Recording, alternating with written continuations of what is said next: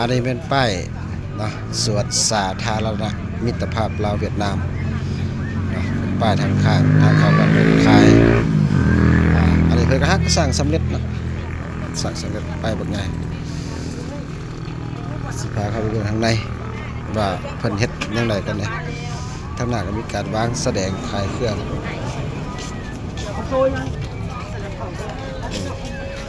เรื่องทั้งหน้าเวลาเขาเข้ามาก็อยู่เบื้องซ้ายมือเราจะเห็นตัวน้ำพุเพิ่นเปิดตอนนี้จักหน่อยกันแหละอันนี้ก็ต้นไม้ประดับเนาะย่องยันคำยันแรงๆก็ถือว่าภายหลังเพิ่นสร้างสำเร็จก็หามวลชนให้ความสนใจเนาะหลั่งไหลกันมาเที่ยวมาพักผ่อนเพิ่นเปิดเฉพาะทุกมื้อนี่เปิดตลอดเนาะกำหนดฮอด9 โมงกลางคืนแล้วเพิ่นจะปิดเนาะอันนี้มวลชนให้ความสนใจเนาะหาก็เปิดใหม่แล้วนี่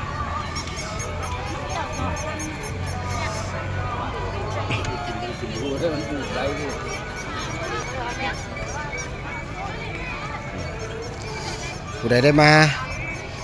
ผู้ใดได้มากับมาแวเนาะอยู่กระแปะกับตลาดดงมะคายกลุ่มกันข้ามเลยก็ถือว่าเหมาะแก่การพักผ่อนหย่อนอารมณ์วันเสาร์วันอาทิตย์ยามแรงพักผ่อนเนาะตากอากาศประเทศงามหลายทางนี้ก็สิเป็นทางตลาดดงมะคายฝากเบิ่งนำ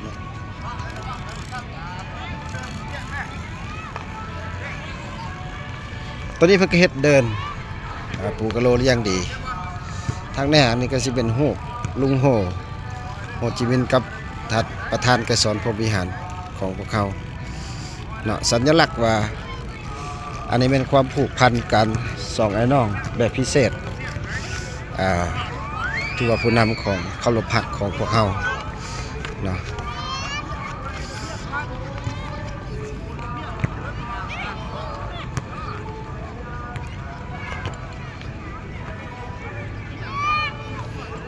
ผู้ใดได้มาก็มีโอกาสได้มาก็มาโอกาสมาไหวเนาะเพื่อขอพรต่างๆข้าพเจ้าก็ครั้งทำอิฐเนาะ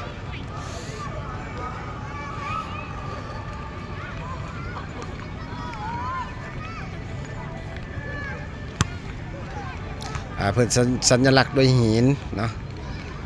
เป็นสุดขาวทั้ง3มีลุงสุภานุวงศ์นำเนาะลุงประธานไกรสอนพรหมวิหารทางกลางได้แม่น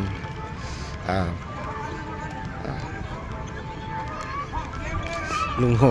เนาะลุงโฮของพวกเขา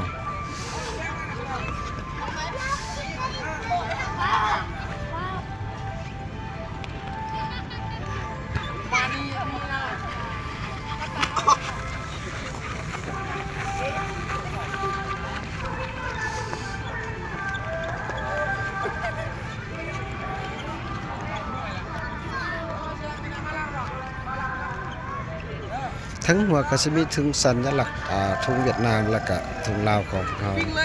ที่แสดงถึงการผูกพันหรือว่าเป็นไอ้น้องหุ่นชาติน้ำกันในลักษณะในเวลาต่อสู้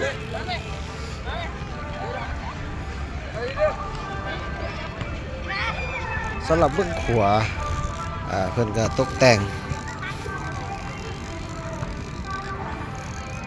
หลายอย่างปลูกต้นไม้ย่องประดับแล้วก็ใส่ดอกไฟใหญ่สูงน่าจะแจ้งมั้งคำตักหน่อย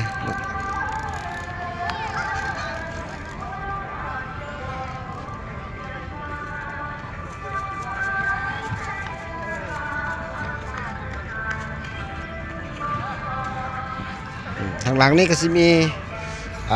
โอนซาให้ผู้น้อยเนาะผู้น้อยมาเล่นเหมาะสภาพพาครอบพาครัวมาเที่ยวเหมาะหลายอ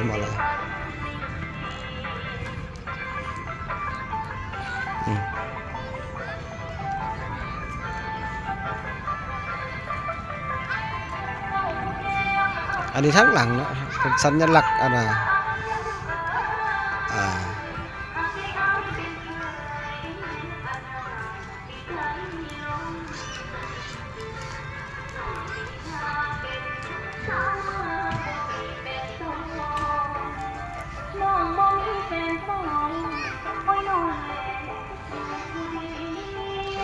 ส่วนหลายเพิ่นจะใส่หินผาใส่ผามาสัญลักษณ์แกะสลักเอาเป็นการต่อสู้ในสมัยสงคราม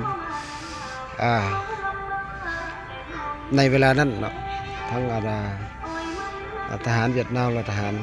ของลาวของพวกเขาได้ต่อสู้ก็คือสนสองชาตินั่นแหละลาวเวียดนามเนาะจึงมีการต่อสู้แบบเนียนยาวนานนั่นแหละแบบเคียงบ่าเคียงไหลกันตลอด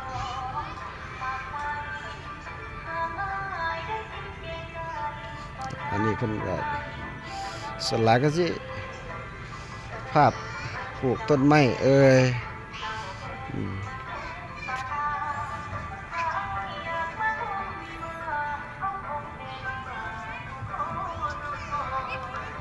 กระเทือนเนื้อที่นี่ก็กว้างพอสมควร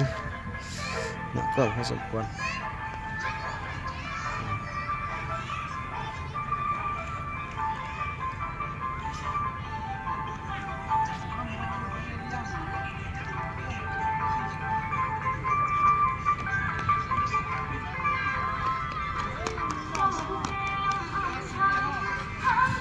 คอยแล่นนะลูกคอยแล่นนะแล้วลบถ่ายวิดีโอพอเอาลงส่องพอทั้งนั้นทั้งหลังเนาะสัญลักษณ์ธงชาติลาวเวียดนามคือเก่าเห็นทั้งสองด้าน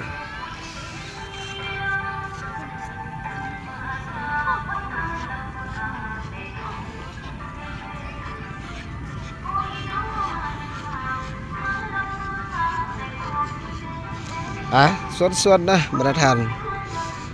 FC ทั้งหลายหรือว่าผู้ใดเห็นคลิปนี้ถ้าหากได้กายมาทางเวียงจันทร์ขึ้นทางวันเกิดก็มาแวะเนาะจากดอนนูนมากันประมาณ2 กิโลเมตรใกล้ๆนึงบ่ฮอดสัมติ2เมตรกิโลเมตรปลายติว่า